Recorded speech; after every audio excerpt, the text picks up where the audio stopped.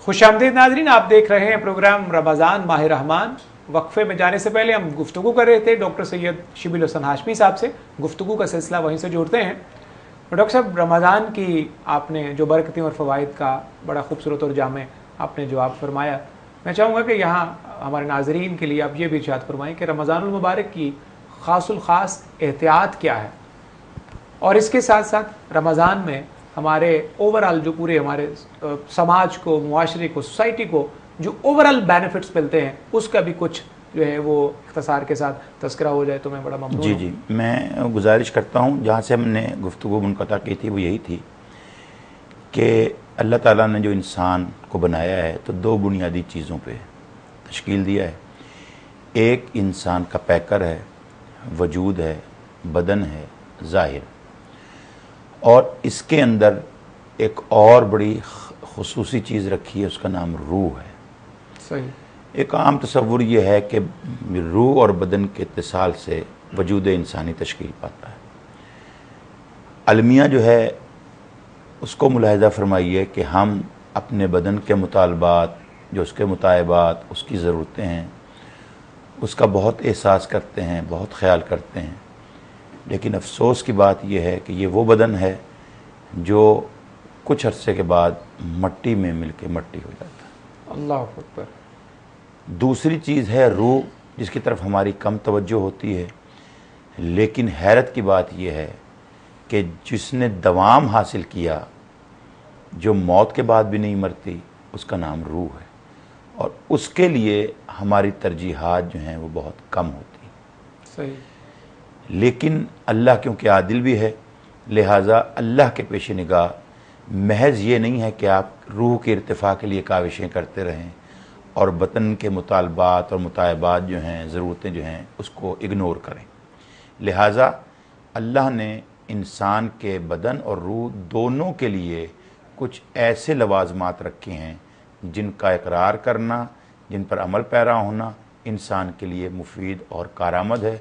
उनमें से एक चीज़ रोज़ा है, सुभान अल्लाह, जो बैक वक्त आपके बदन के लिए भी मुफीद है और आपकी रूह के लिए भी मुफीद है। एक दो जुमलों में बदन के लिए कैसे मुफीद हो सकता है? जितने माहिरीन तिब हैं वो क़ब्ल इस्लाम के हों या बाद इस्लाम के हों, सही, इस बात पर इत्तेफाक राय रखते हैं कि जितना नुकसान इंसान को ग़िज़ा पहुंचा सकती है, कोई और चीज़ नहीं पहुंचा सकती। मॉडर्न थ्योरी सन 2005 से लेकर 7 के दरमियान जो बड़ी रिसर्च हुई है, उस रिसर्च को आप इंटरनेशनल सतह पे देखें, और एक अजीब जुमला मैं आपकी खिदमत में पेश करता हूँ, और वो ये है कि अगर कोई शख्स ज़्यादा ज़िंदा रहना चाहता है तो उसे कम से कम ग़िज़ा पे कनात करना चाहिए। बड़ी बात। लेकिन हमारे मुआशरे में, कदा कलामी की माफ़ी, हमारे मुआशरे में तो इसके वाइस वर्सा चल रहा है। बिल्कुल। अब ये वो जदीद रिसर्च है जिसके रिसर्च करने वाले में कोई मुसलमान मौजूद नहीं। उनके नाम मौजूद हैं, किन लोगों ने की, कोई मुसलमान नहीं। मतलब सिर्फ बताने का ये है कि जो जहाँ पे साइंस आज पहुँची है, 1400 साल पहले कुरान और इस्लाम वहाँ पहुँच चुका था, और उसने एहसास दिलाया कि आप बदन के मुतालबात जो हैं उनकी तरफ भी तवज्जो दें।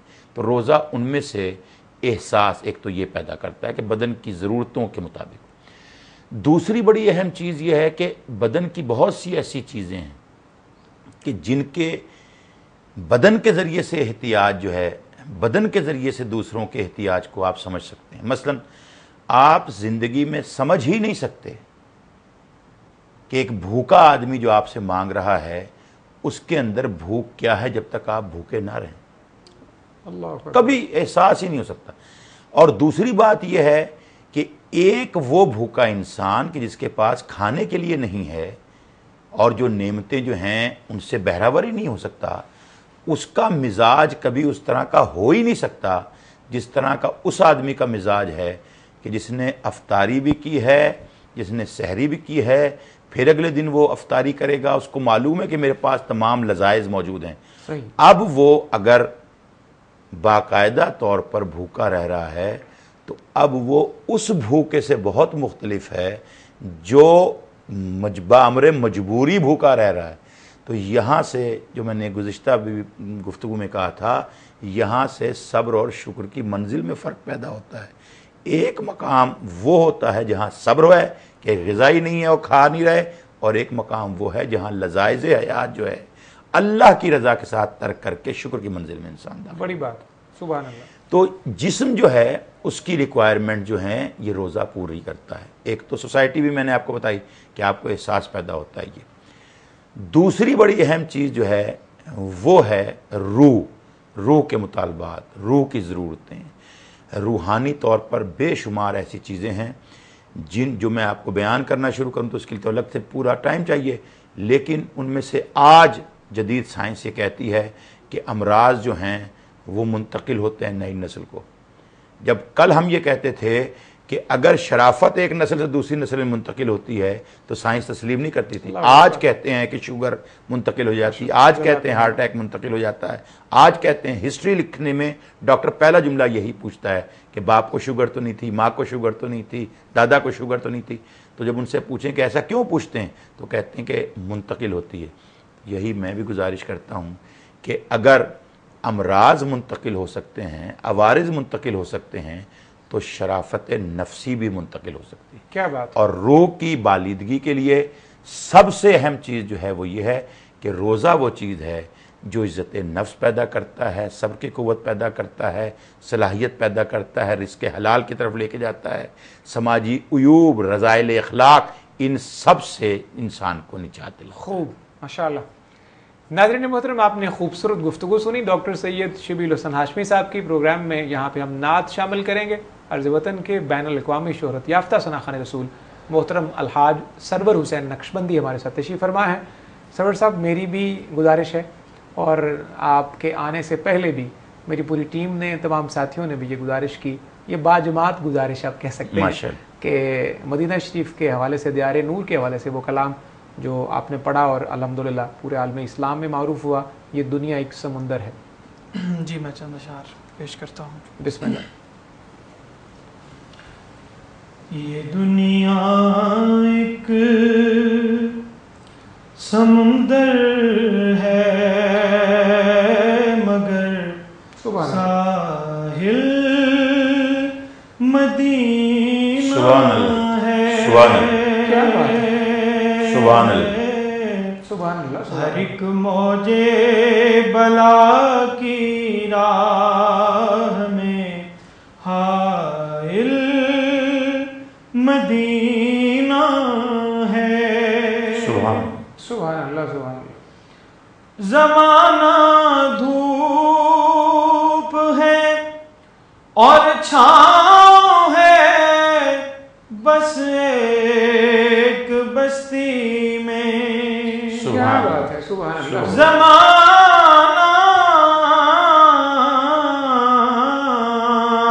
زمانہ دھوپ ہے اور چھاؤں ہے، بس ایک بستی میں۔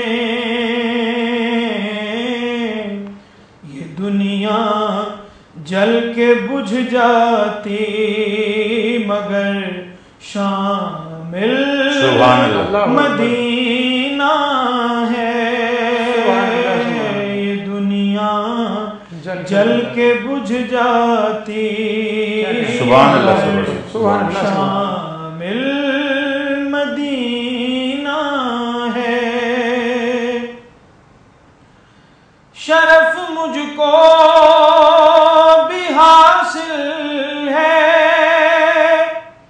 محمد کی غلامی کا۔ شرف مجھ کو بھی حاصل ہے محمد کی غلامی کا۔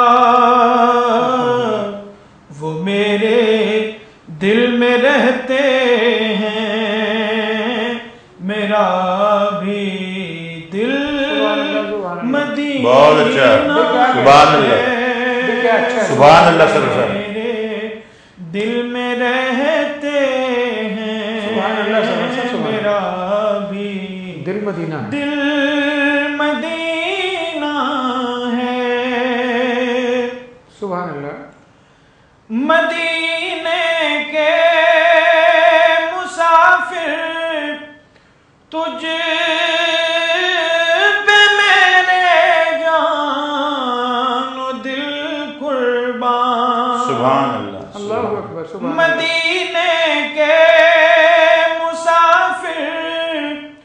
تجھ پہ میرے جان دل قربان، تیری آنکھیں بتاتی ہیں تیری منزل مدینہ ہے، تیری آنکھیں بتاتی ہیں تیری منزل مدینہ ہے۔ اللہ اکبر، سبحان اللہ۔ کرم کتنا ہے فخری ان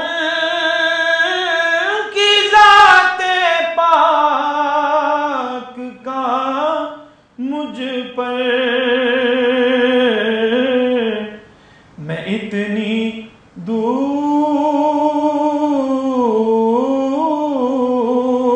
میں اتنی دور ہوں لیکن مجھے حاصل مدینہ ہے، وہ میرے دل میں رہتے سبحان اللہ، سبحان اللہ، جزاک اللہ، سبحان اللہ، کیا بات ہے، سبحان اللہ۔ دل مدینہ ہے، دنیا جل کے بجھ جاتی مگر شامل مدینہ ہے۔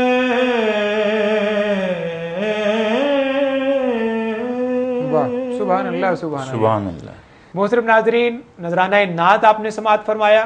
اس کے ساتھ ہی ہمارے پروگرام کا وقت ختم ہوتا ہے۔ آپ سے اجازت لینے سے پہلے میں انتہائی ممنون ہوں اپنے آج کے معزز مہمانوں کا، ڈاکٹر سید شبیر الحسن ہاشمی صاحب، آپ تشریف لائے، آپ کی بڑی ذرا نوازی، اور الحاج سرور حسین نقشبندی صاحب، آپ کی بڑی مہربانی، آپ تشریف لائے، ہمارے پروگرام کو زینت بخشی۔ ناظرین اکرام، اس کے ساتھ ہی آپ کا میزبان صفدر علی محسن اجازت چاہتا ہے۔ انشاءاللہ اگلے پروگرام میں پھر ملاقات ہوتی ہے۔ اللہ حافظ و ناصر۔